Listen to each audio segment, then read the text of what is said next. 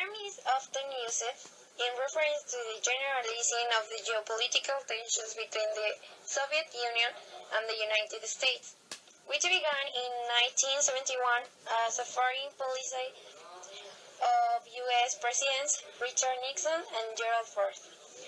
After the Cuban Missile Crisis of 1962, the two superpowers agreed to install a direct hotline between Washington, D.C. and Moscow. Detente was present as an applied extension of that thinking. During the course of the Cold War, tensions rose and fell many times. One period of relaxation developed in the early 1970s and became known as a Detente, a French word meaning release of tensions. It was hoped that the new relationship would herald a permanent improvement in relations between the U.S. and Soviet Union. But difference in outlook led to an increasing number of conflicts. The Soviet invasion of Afghanistan in 1979 effectively closed that chapter of the Cold War. The activities of the President Ronald Reagan returned tensions to a fever pitch. The term ends thanks for the Soviet invasions to Afghanistan, because in that period Afghanistan was a communist country, and there was a rebel Muslims in the country that wants that the country will be capitalist. So as soon as the United States know this situation, they support Afghanistan to make Afghanistan a capitalist country. But obviously the Soviet Union doesn't want that. So there was an invasion in Afghanistan between these two countries. Both of them may import weapons to the country to make a war. That's what this was invasion, and this is why this Detente ends with. SALT agreements. These being the acronym for Strategic Arms Limitation Talks in English, refers to two meetings of bilateral talks corresponding international treaties between the Soviet Union and the United States, the war superpowers call on. The issue of gun control, specifically to limit the strategic nuclear weapons and curb the arms race. There were two meetings of talk and agreements, SALT I and SALT II.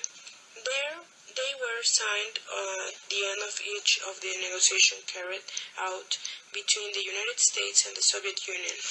A subsequently treaty was started. SALT I is the common name for the Strategic Arms Limitation Talks Agreement, also known as the Strategic Arms Limitation Treaty. SALT I froze the number of strategic ballistic missile launchers at existing levels and provided for the addition of new submarine launch ballistic missile (SLBM) launchers only after the same number of older continental ballistic missiles (ICBM) and SLBM launchers had been dismantled. The strategic nuclear forces of the Soviet Union and the United States were changing in character in 1968. The total number of missiles held by the United States had been static since 1967 at 1,054 ICBMs and 656 SLBMs. But there was an increasing number of missiles with multiply independently targetable eventually vehicle (MIRV) warheads being deployed. MIRVs carried multiple nuclear warheads, often with dummies, to confuse AVM systems, making MIRV defense by AVM systems increasingly difficult and expensive. One clause of the treaty required both countries to limit the numbers of sites protected by anti-ballistic missiles.